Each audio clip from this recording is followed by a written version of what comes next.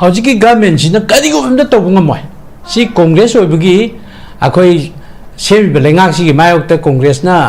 ꯍꯦꯛꯇ ꯀ꯭ꯔꯤꯇꯤꯁꯤꯖꯝ ꯄꯤꯕꯤ ꯋꯥ ꯅꯠꯇꯦ ꯍꯧꯖꯤꯛꯀꯤ ꯒꯚꯔꯟꯃꯦꯟꯠꯁꯤꯅꯅꯦ ꯀꯔꯤꯝꯇ ꯇꯧꯕ ꯉꯝꯃꯣꯏꯕ ꯃꯈꯣꯏꯅ ꯇꯧꯔꯤꯕ ꯄꯣꯠꯁꯤꯗ ꯑꯩꯈꯣꯏ ꯈꯪꯉꯦ ꯃꯤꯁꯛ ꯃꯃꯤꯡꯗꯤ ꯄꯟꯖꯔꯣꯏ ꯁꯦꯝ ꯃꯅꯤꯄꯨꯔꯒ ꯍꯥꯏꯔꯒ ꯊꯑꯣꯏ ꯁꯥꯎꯅꯔꯤꯕꯅꯤꯗꯅ ꯁꯦꯝ ꯃꯅꯤꯄꯨꯔ ꯍꯥꯏꯔꯒ ꯊꯑꯣꯏ ꯁꯥꯎꯔꯤꯕꯅꯦꯕ ꯅꯠꯇ꯭ꯔꯥ ꯑꯗꯨ ꯃꯥ ꯍꯥꯏꯅ ꯑꯩꯈꯣꯏꯁꯤ ꯌꯥꯝ ꯁꯦꯞ ꯑꯣꯏꯔꯤꯁꯤꯅꯦꯕ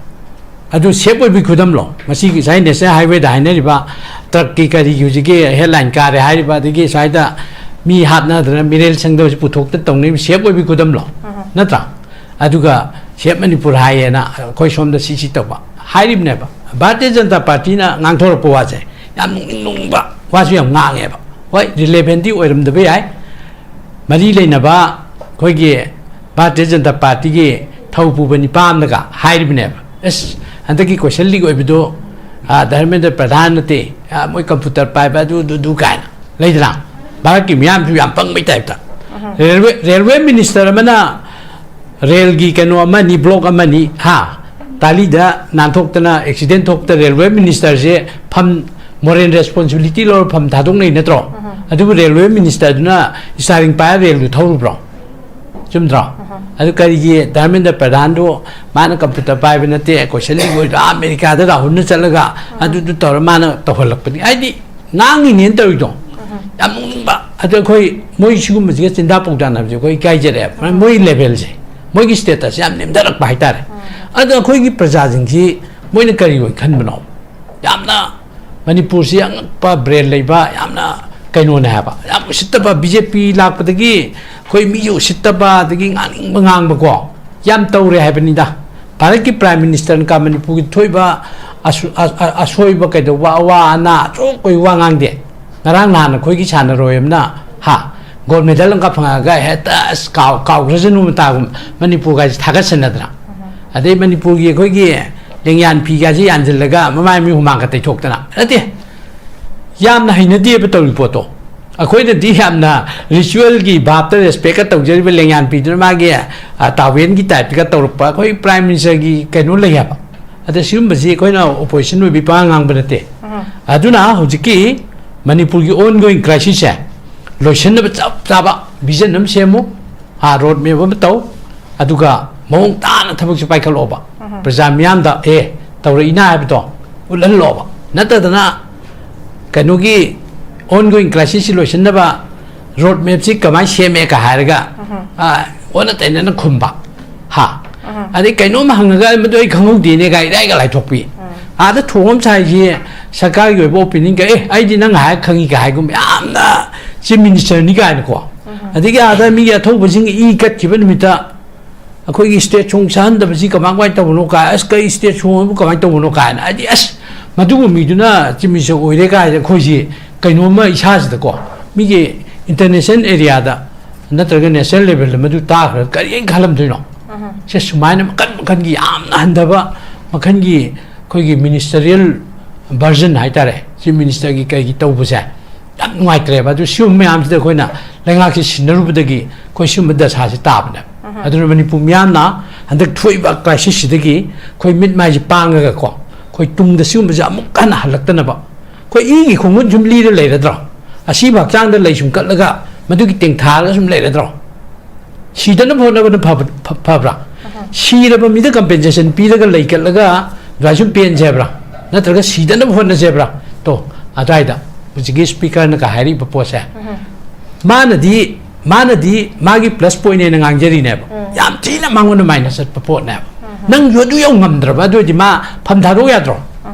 ai ngasi dagi ai pham tha dwe speaker oidre ai pendre hai yadran a pham di kol lei aduga sum ngang jagoi hitra mangon tai ni duni man toy to yam dra bada ma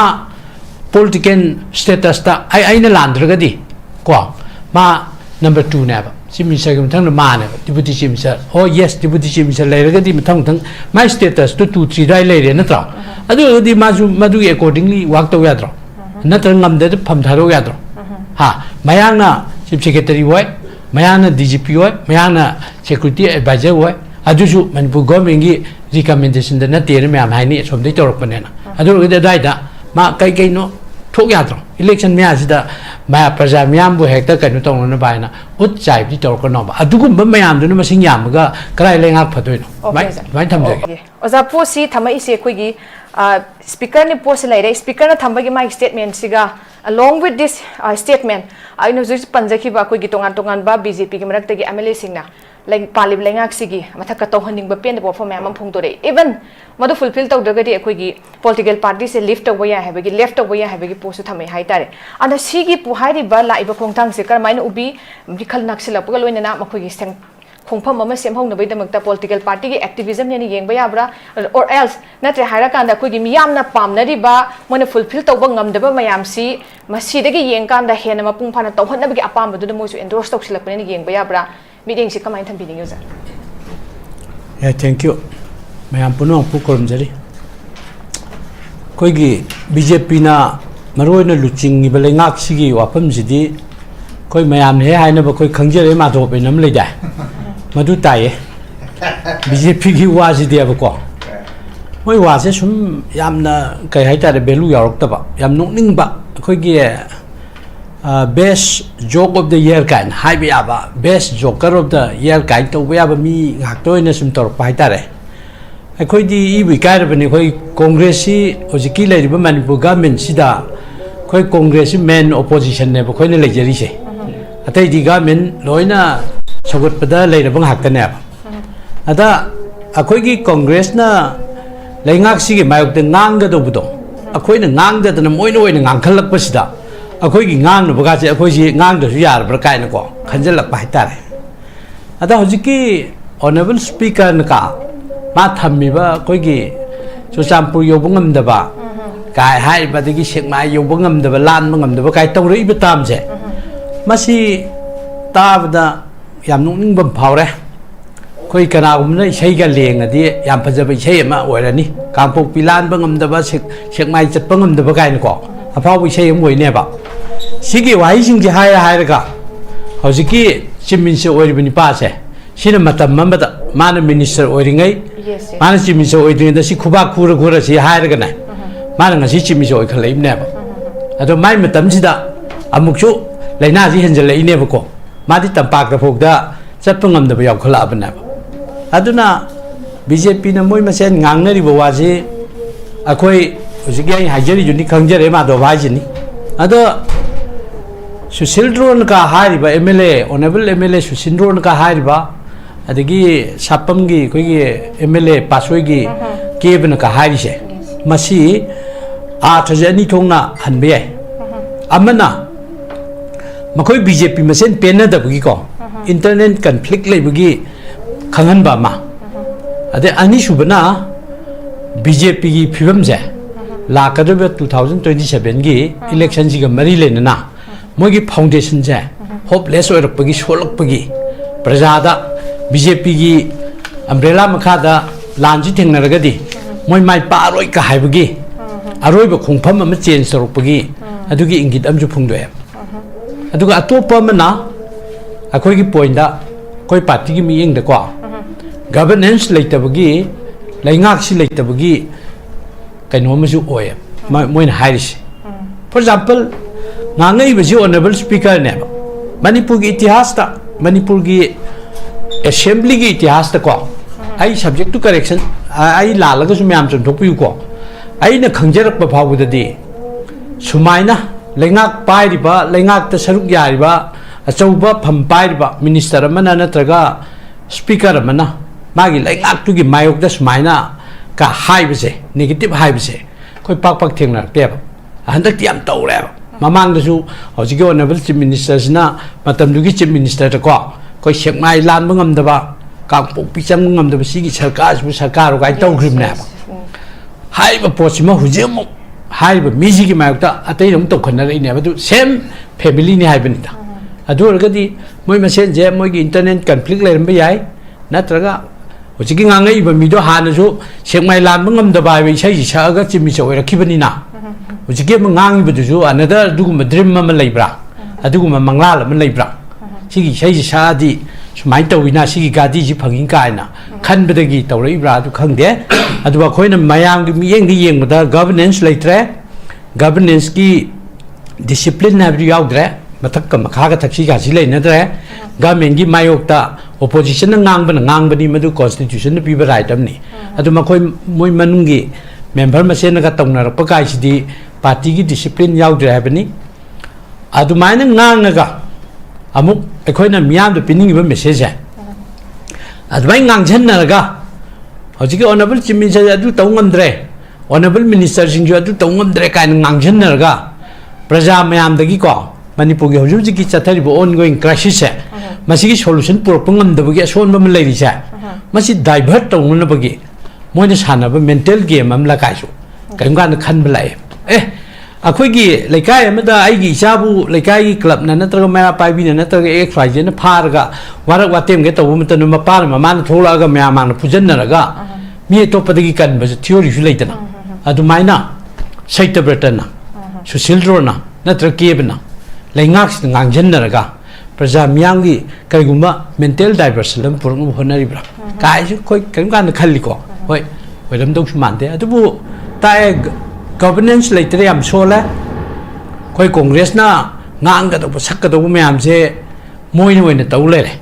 aduga laingak sigidi kai hai lu pa lete moi da simadi phai hai ba hai ni ngai lete simadi phai hai ba ja hai ni ngai lete dumaina han ba round tham tham okay sir Maroi na su akoi gi election gi lakadori ba sigide gi meeting ama thamakanda VJP de leiragadi akoi gi mai pak pa haitare makoi gi asigi posi leiroi dra kan haibin chingba makoi gi achetpa hongpham am lephong da by strategy wina dugumba apprehension no leirakpadagi tawbo oram basu yai na che haira kanda ozana su thambire leiriba mayam gi akoi gi wakhal haitare masi se diversion ama purakna ba dum hai bra ka haibasu adu wafam du su leire aduga not only one haitare miyoi ahum na ni huji mathang mathang akoi phongtok na rapagi mod se atuna makoi na thamai bi statements dei su akoi na tongan ba kano se de point se magi background se tum decode to ya be post lei chakma na nataba akoi gi khudam na haira kanda paswe assembly constituency gi kebana thambiri sisu akoi gi power se paira kanda khunaida yaifana bu hotna data ragadi power du arembani haibani aduna power pairiba misaktuna hairiba sakti du phajana season biu haibagi pochima thami aduga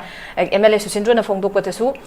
hairiba posing si makoi dasu dum khangalam daba adagidi council gi mayam lairiba council minister gi thabak thorom sing da power kano makoi da hairak tragadi pause hairak tragadi as if they are not a part of adu maina moi khang da be wafam adu gum basu hai adu na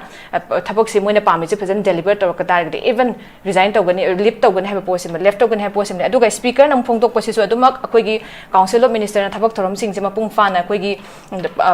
pangthok ta ba masi de hena pangthok gadi hena to biu hena phani hai bagi swai da emphasis pi da ka phongtok pasu adu mak ki yauri adu na akoina ani han baround gi sida aina amuk lakchaning basi oza kishore chandra de exclude torok pase sigi matang na khatang reflect torok lakchaning che za khogi speaker na thamgi ba wafam da adum lainga ki de hena pen da base mangon hena taishin bani sida lotion na bai damakta akoi gi solution puthorok na bai poto ya athuk da lotion bi laibak phagani heba wafam do thame aduna hojik lai be status se akoi gi cabinet chi secretary Veterani toilet se manga khak lera cabinet formation se incomplete oiraga leiri asimakna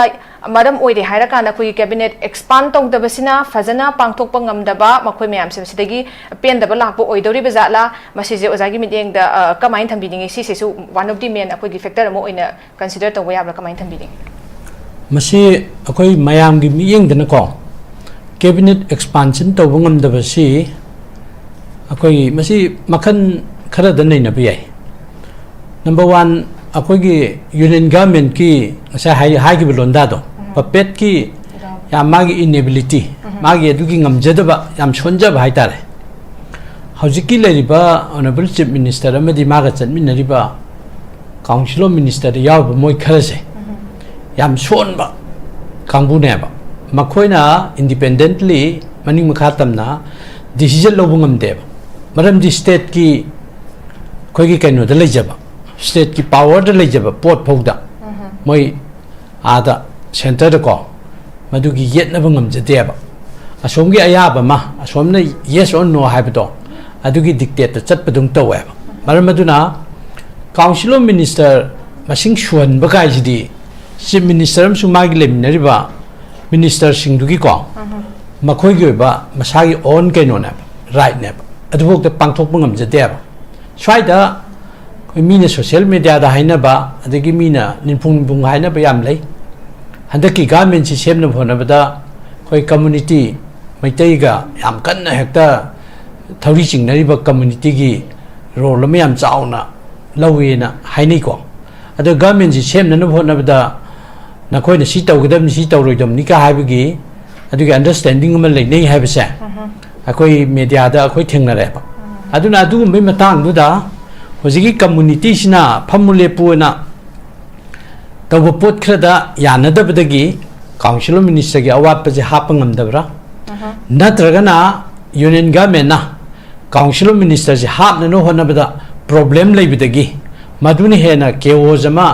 लाकदबो ओइबिदगी हापतबरा नत्रगना खोगी indirectly union government Manipur की प्रजा सिंगदा नखोगी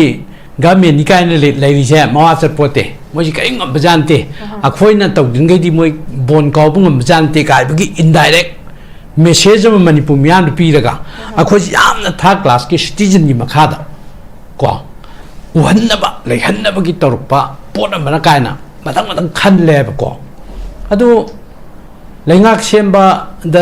यावभम थोकु मंत्री मसिंग सुबंगमदबा हाबसी क्वाइदगी मोई असोनबा अमनिको सी constitution न पीबा पावर एंड राइट्स से मोइसिन बंगमदबना अदगी नसागी ऑनरेबल स्पीकर न तौरइबा पोचे मसी मसाई हाइनरिबा दुमाइना मोगी मनुंगेबा इंटरनेट डिस्प्यूट लेबिदुगी फोंदोर पोर मसियाय नत्रेगना अनदर नसागी ओजा जोनसन हाइबा ट्रायंगुलर एक्सपोजिशन लमगी को माना पुथोरइब्रा अदु एनीवे इलेक्शन दी अखोई 2027 की शेड्यूल टाइम द तौबा आइना पानारगदी इलेक्शन मतम दी कुशलक्तरेबा हाइ मतम दी सुमै पांग नांगथोरकपसे साय कोइगी थंगनरिबा कोइ कनोना जो हाबिग्रे को मतम से इलेक्शन की मतम सिदा एडवांटेज अम लौनबा तौरिब्रा नत्र मखोइगी मियेंगदा मणिपुर प्रजा से याम पंगोइना उबा मोइन का हारगे अखोइजु बीजेपी की मायक खर थमीना का है तौर भोट खोब यानब तौरीब्रा अद अगर नोनिंगीबदी स्पीकर है मागसु पावर अमदी लेजरिबनी नत्रा माना चोंथोगा थबक तौगे हाइददना माना तेंथा इसै सकअग लेरि कइगिनो आइदी होजिकी ऑनरेबल स्पीकर जी खलुदे आम काइबियब ममांगदा भारत की प्राइम मिनिस्टर लामे खोइ मणिपुर को यामना हायरब मतुंगदा लाउ लाउ चलु चलु हाबदी याद्र मतुंगदा आक्तंग कोइ बोइना हा उतुंगजाक चाबई टाइप लामेबा मतमदुदा खोइगी स्पीकर से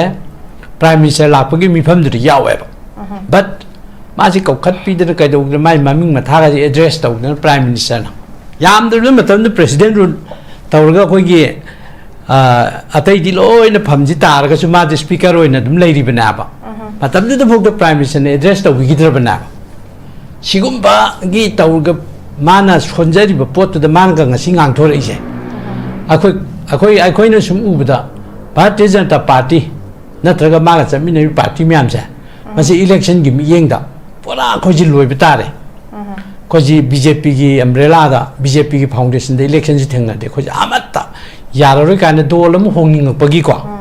अदुमाइना का तौरपा ओइबा जाला नत्रगा बीजेपी से हुल्लगा सागी प्रजासिंगना मा मसाजु बीजेपी दा दुम यावरिन को अदु बीजेपी से हुल्लगा दा आइमक्ति हुजिके हाइबा भारतीय जनता पार्टी तौरि आइमक्ति यापोते काइना माइना प्रजासिंगदा अपंग सिरिरा एनीवे मोय अपंग सिबे धर्मा होगे ओइरो मागी रियलिटी दु फोंदो मिस गवर्नेंस होगे ओइरो मागी हैंडीकैप ओइबगी सोंजबगी एक्सपोजिशन होगे ओइरो अखोइना पामबदे अदु नते थबक तौ हाइबना अदा खंगे हौजिकी गवर्नमेंट सिना करिगुमदा तौबंगमोय सी कांग्रेस होइबगी अखोइ सेमिबा लेंगाकसी मायोक्ता कांग्रेस ना हेता क्रिटिसिजम पीबी वानते हौजिकी गवर्नमेंट सिना ना करिमदा तौबंगमोय मखोइना तौबा पोस्ट कोइ खंगे ए मिसंग ममिंग दि पंजरोय सेम मणिपुर का हागे थवoi सावनरिमनिदना सेम मणिपुर हा थवoi सावरिमनाबा नत्रा अदु मा हाइना अखोइ याम सेफ ओइरिसिनेबा अदु सेफ ओइबि खुदमलो मसी साइ नेशनल हाईवे दा हाइनरिबा ट्रक की करी हुजिके हेडलाइन कारे हाइरिबा दिगे साइदा मी हातनादना मिरेल संगदो पुथोक्ता तौनि safe ओइबि खुदमलो नत्रा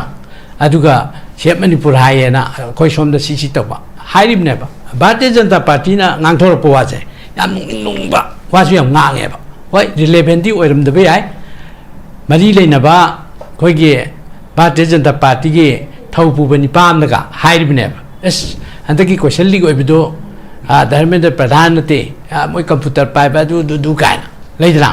บางทีมีอันที่อันปังไม่ได้แต่เรลเวมินิสเตอร์มันน่ะเรลกีกันว่ามันนี่บล็อกมันนี่ฮะตาลีดานั่นทุกท่านอุบิเหตุทุกท่านเรลเวมินิสเตอร์เช่พัมมอร์เรนเรสปอนซิบิลิตี้เราพัมท่าตรงนี้เนี่ยตรออันนี้เรลเวมินิสเตอร์ดูนะอิสราเอลไปเรลดูเท่ารูปเราจุดตรออันนี้ก็ยี่ดาร์เมนเดอร์ประธานดูมันคอมพิวเตอร์ไปเป็นนั่นเองก็เชลลี่ก็อเมริกาเดี๋ยวเราหุ่นจะเลิกอันนี้ดูตัวมันตัวหัวหลักเป็นไอ้ดิงานนี้เนี่ยตัวอีกตรงยามนุ่งบ่อันนี้ค่อยมวยชิวมันจะสินดาปุ่งจานนะจะค่อยใกล้จะได้มันมวยเลเวลสิมวยกิสเตตัสยามเนี่ยมันรักไปตาร์อันนี้ค่อยกี่ประชาชนที่มวยนักการเมืองขันมันเอายามน่ะมันนี่ผู้เสียงป้าเบรลเลยบ้ายามน่ะใครโน่นเนี่ยบ้ายามสิทธิ์บ้า BJP ลากไปตะกี้ค่อยมีอยู่สิทธิ์บ้าตะกี้งานบักว่ายามตัวเรื่องเป็นนี่ด้าภารกิจ Prime Minister กับมันนี่ผู้ที่ถอยบ้าอาช่วยบ้าใครตัวว่าอันน่ะโจ้ค่อยว่างานเดียงานนั้นคุยกี่ชาญรอยมันนะฮะกอลเมดัลลังกับฟังอะไรเฮตัสข่าวกระสุนมันตากุมมันนี่พูดกันทักษะนั่นนะอันนี้มันนี่พูดกี่คุยกี่เรื่องยานพีกาจีอันเจลก็ไม่มีหัวมังกันแต่ชกนะแล้วที่ยามนะให้นาดีไปตัวรีพอร์ตคุยนาดียามนะริชวลกี่บาปตัวสเปกตัวจะเป็นเรื่องยานพีตัวมาเกี่ยตาเวนกี่แต่พีกตัวรูปคุย Prime Minister กี่แกนู่นเลยครับอันนี้สิ่งบันซี่คุยนะ opposition วิปางงานเป็นเตะอันนั้นนะหุ่นกี่मणिपुर की ongoing crisis है लोशन अब चाबा विजन हम सेमो रोड में वो बताओ अदुगा मौंग ताना थबक से पाइखल ओबा प्रजा मियाम दा तौर इना है तो उलन लोबा नतदना कनुगी ongoing crisis लोशन नबा रोड में से कमाई सेमे का हारगा ओना तेना खुंबा हा अदे कइनो मा हंगगा मदोय खंगौ दिने गाय दाय गा लाइ थोपी आदा थोम साइजी सरकार की ओपिनियन के आई नंग हाय खंगी का हायगुम यामना चीफ मिनिस्टर नि गाय को अदिगे आदा मी या थोबसिंग ई कट किबन मिता अखोई स्टेट छोंग सान दबसि कमांग वाइ तबनो का अस कई स्टेट छोंग कमांग तबनो का अदि अस मदु मिदुना चीफ मिनिस्टर ओइरे का खोजि कइनो मा इसास द को मी के इंटरनेशनल एरिया दा नत्रग नेशनल लेवल मदु ता करि खलम दिनो से सुमाइन मकन की यामना हंदबा मखन की खोई मिनिस्टरियल वर्जन है तारे चीफ मिनिस्टर की कई तौबसे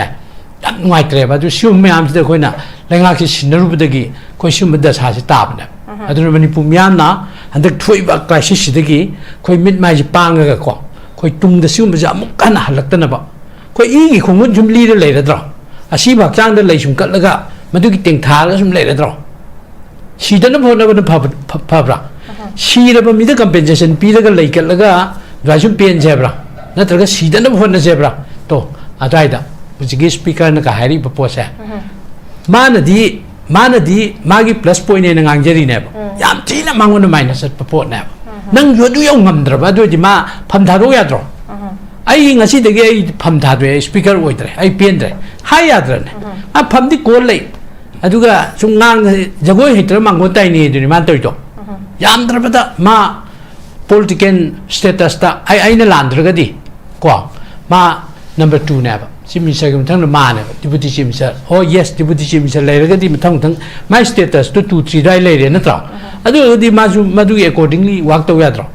na tra ngam de pham tharo ya tra ha mayang na chief secretary wai mayang na DGP wai mayang na security advisor wai adu ju manipur government ki recommendation da na te ne ma hai ni som dei torok pa ne na adu de dai da ma kai no thok ya tra election me asida ma praja myam bu hekta kanu tong na bai na ut chai bi tor ko no ba adugum ba mayam du ma sing yam ga krai le ngak phatoi no mai tham je okay sir speaker se yamna impartial oi ba adugum ba figure mo oi ba adugum ba position am ko hold tori ba speakers na when haidi ba sigum ba ruling party da su lai di ba aduga mo accountability su am chang na wang na lai ba tare when they themselves are expressing concern दायित्व लौगद मखोइना सुमाइना फोंदोरक वफम सिदैदा मयाम सिना कराई दोरम सिदैदि confusing state अमदा प्रजा सिंगे थम्मब्रा बे पोट सिमले who will give the answer who will act हाय पोसिमस लाए दुगा स्पीकर की वफम सिमसु सिगी पोसिमा अखोइ लेरे अदुगा ओजा मनाव तोनसु हुजिक पनबिरकपदु दा आई स्वाइ मतांग द हुजिक करेंट अखोइ क्योटिक सिचुएशन म्याम थोइ ngasi ngasoi panjagi baswai da khatang reflect tawraga oza ki source and lakji tawrakpagi marak state अखोई की फुनरक पाई खतंग जनरलाइज सुबह क्वेश्चन ने लाके ओजा अखोई टेंटक ना हाइतारे हौजिक जिक लाइदिबा इलेक्शन की पोस्ट जो तुम लाकपा याबगी चपचाना तुम 2027 दा पांगथोकपा याबे पॉसिबिलिटी सु अदुमक लाइबेंदना हुजिक लाइदिबा करेंट गवर्नेंस अदुगा अखोई की स्टेट की हाइतारे सिक्योरिटी की स्ट्रेटजी सिदैदा कांग्रेस की पोजीशन से कमाइन लेबी हाबेदी कांग्रेस बीजेपी अनिमक से समानना अखोई की रोल लै मरु ओइ द मैटर ऑफ डिग्री ने हाइतारे ओजा what is the position of Congress कमाइन थम बिदिंग ओजा याम नुंगाई मदुई क्वेश्चन दो आइना कांग्रेस की जनरल सेक्रेटरी अमदि स्पोक्सपर्सन ओइबगी कांग्रेस सपोर्ट तौरगा ngang है मैमना ट्रांसलेट तौबिगिबदी याइको आई मदुदी नते आई फेक्ता अचुम्बदुने आई हाइजरिसि याम सेंगना मणिपुर हजिक बीजेपी अमदि बीजेपी के चटमिनबा मागे अलायंस पार्टनर मैम जे यादरे खारे खीरे अदुना हजिक कोई सोशल मीडिया द चटलिबा रेटिंग अदुगा थागतनरिबा पोस्टिंग द पिनरिबा रेस्पॉन्स मैम से येंगबादगी वेलकम तौनरिबा कदोरिबा मसिगी मूवमेंट जे सुम येंगबदको कांग्रेस पार्टी ना 2027 की इलेक्शन सिदा कांग्रेस पार्टी अमदि मागे पार्टनर सिंग गवर्नमेंट सेमकनी हाबसे 100% आइगी मोनी मरमदी अखोई कांग्रेस ना हजिकी मणिपुर की ऑनगोइंग इश्यूज दा अखोई कांग्रेस न तौदब लेते कांग्रेस न कई तौगी हाबन तब कांग्रेस न तौदब लेते अदुगा बीजेपी दा म्याम थाजब लेते अदुमाना समन खुमजगे को अदुगा तोंगा तोंगा स्ट्रेटजी म्याम ले एमपी की इलेक्शन दा अखोई हजिक मतम की चटनरी चक्चा हाइजानब पैसा येन खोटपा दुदा हाबि अमत याउदबिदा को याम चाउना लैंडस्लाइड विक्ट्री हाइतरे अनिमक आउटर अमदि इनर दा अखोई कांग्रेस की मिरे न वोट काय मसि प्रजा सिंगना मसाइगी एनडीए पामक्तबि खुदम